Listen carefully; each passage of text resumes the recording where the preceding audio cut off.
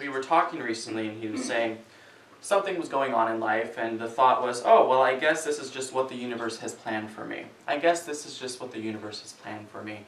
And then Alaric's, just that epitome of joy comes around the corner in his mind and says, the universe doesn't give a shit about you. And when he first told me this, I'm like, is that what you think of me? Like, am I the Debbie Downer? But then I thought about it some more, because I don't remember saying that exactly, but it's funny how it translated to that in your mind. And it was so cool because that's actually true. And then it kind of inspired today's talk of how we use so many things as crutches. And so I asked Andrew this morning, why is that an important teaching? The universe doesn't give a damn, doesn't give a shit about me. And it's because it allows us to make excuses when we say, oh, the universe it's just not what it was meant to be, or it has something else planned. What's interesting is it stops us from having agency over our own life, and we don't take as much responsibility for things. You know, so if something doesn't work out, we're just like, apples and oranges, you know. But what's interesting is it allows us to project all of our responsibility onto God, onto the universe, onto other people, rather than saying, you know what, I kind of was a nut job over here, and that's probably why this didn't work out. You know, maybe I was not in my full confidence when I went on that interview. Maybe I was full of ego in that last relationship. Maybe this, versus just saying, well, God has something else in store for me. Again, this is a half-truth, because there is this spirituality that underlies our planet, but at the same time, we were given this gift of freedom to create our best life. And what ends up happening, and I see this all the time with individuals, and this is the bullshit I'm talking about, is that we literally don't honor the extent that our ego plays a role in our lives. And we like to just kind of chalk it up to God. We like to chalk it up to the universe, rather than saying, it was my neurosis, it was my ego. You know, if I truly look at this, I had an equal role in this relationship. And what's interesting is that our ego loves to blame. It loves to have a scapegoat. And so a fun thing I often like to say, and actually came up in a session yesterday, is the difference between saying, God, give me strength, versus the statement of saying, I choose to be strong in this situation. Huge difference. God, give me strength. I am somehow weak. Give me something. Let me take from you. Versus, I choose to be strong right here, right now. That is such a more powerful statement.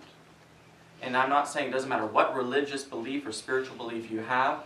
I'm really trying to get home to the point that we must consciously choose to show up in life, choose to look at our bullshit, choose to express ourselves even when we don't want to, rather than constantly grasping at something outside of ourselves for a crutch to make ourselves feel a little bit better, a little bit more secure.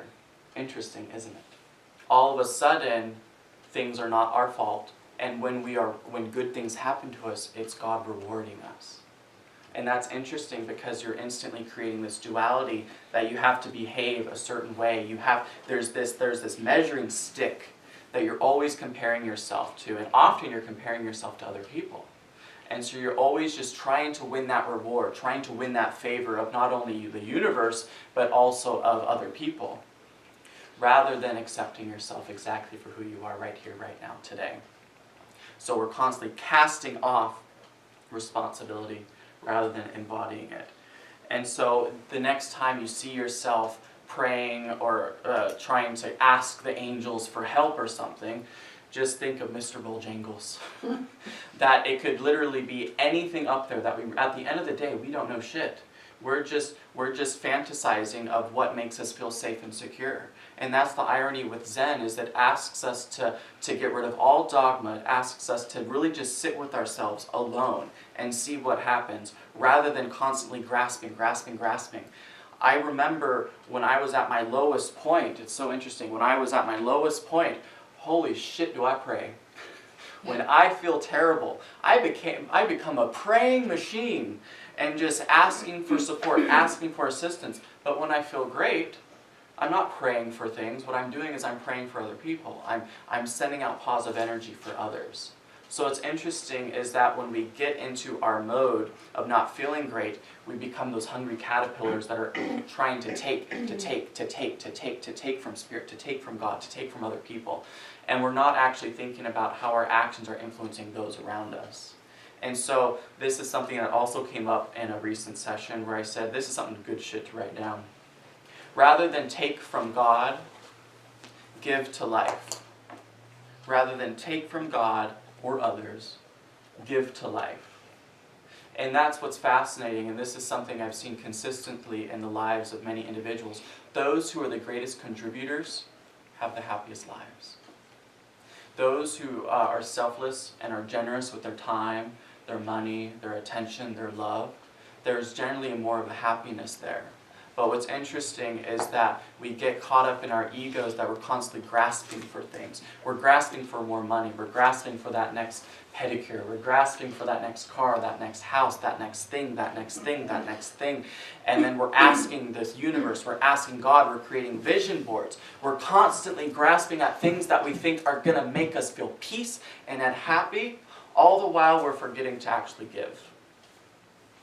We don't give. I almost every single person that comes here before they join our community or while they're joining it, I ask, why aren't you here every Sunday? Sometimes this comes up, why aren't you here every Sunday? Why aren't you here every Wednesday? Well, I don't need it. I felt fine that week. So then I say, it's not fucking about you.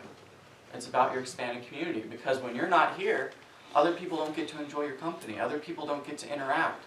So you being here has value, even if you're not getting something out of the sermon that day.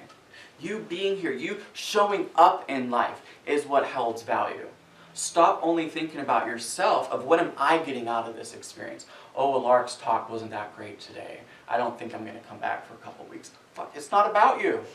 It's not about you. It's about you joining a community. It's about you contributing your time.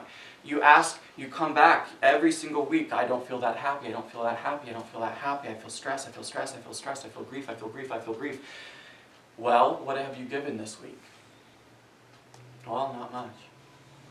What have you shown up and truly given without thinking about yourself and what you're getting in return out of this relationship? That's something to really think about.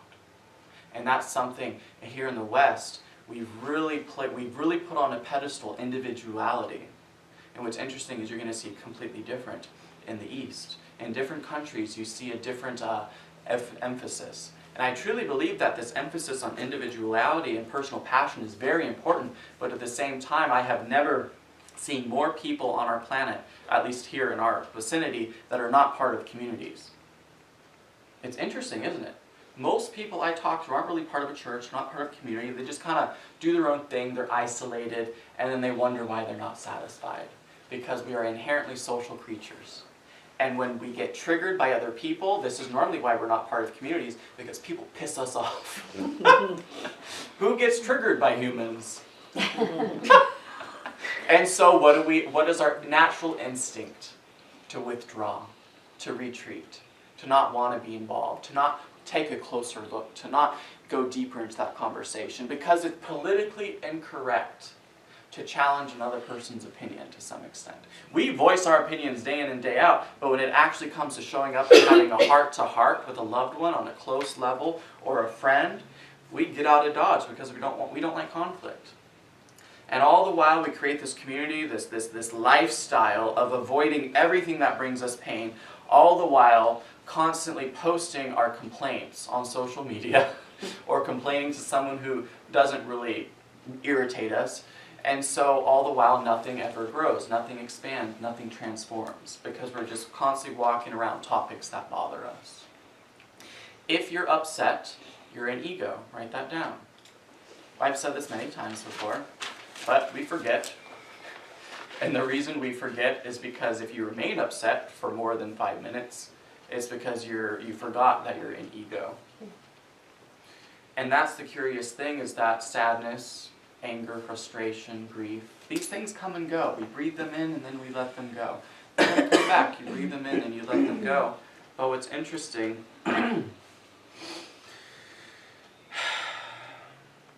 is that when we're truly in ego, we're making it about ourselves. We're thinking about what I lost. We're thinking about what bothered me. We're thinking about the money that I don't have. We're thinking about this person pissed me off. How dare they disrespect me? We're thinking about just thinking about. And what's interesting is that's a very involved state of mindset. Every time you're upset, you're involved. Write that down. Every time I'm upset, I'm involved within myself. I'm not thinking about other people. I'm not thinking about how are my words influencing others. How am I contributing to society? How am I uplifting? I'm just thinking about what bothers me and I'm complaining about it. And so here's something cool I wrote down last night.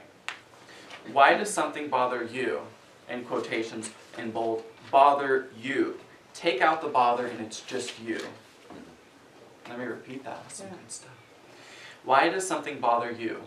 Bother you. Take out the bother and what's left is just you. You can't be bothered. It's always you. So what's interesting is that it's not about something external. The only thing that's ever persistent and consistent throughout your entire life is you showing up. And so if something's bothering you, it's not the thing that is the problem. You're the problem in that instance. I love that because there's a Zen story of how there's this sound beeping in the background and the person's complaining that they can't meditate. And they think the sound is bothering them. The actual truth is you're bothering the sound. The sound's just the sound. It's doing its own thing. It's just being what it is. But we are thinking, how dare that sound? I can't meditate with that beeping. Rather than honoring, it's just a sound. So that's why the 9th tenet in living peace is release self. Take yourself out of the equation, there's no problem. Ooh, write that down. Take yourself out of the equation, there's no problem.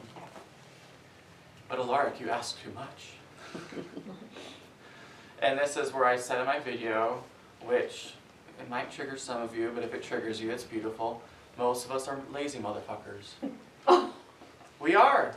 We really are. We are very lazy because when things bother us, we'd rather just blame. We just rather blame everyone else. We'd rather blame anything, and even God. We're just like, well, again, it wasn't meant to be. Oh, well, I guess that's it. Not taking responsibility for my crazy, for my neurosis, for my psychosis. Not taking into consideration. I just bitched out someone, just 5 minutes ago. I just gave my husband the silent treatment. I just doing all these things. It's interesting. Or how about this? I went to my addiction. I numbed myself rather than showing up and actually dealing with the emotions at hand. We're constantly numbing ourselves. We're constantly bitching out things rather than actually sitting. That's why Zen is so great. It says just sit your ass down and breathe.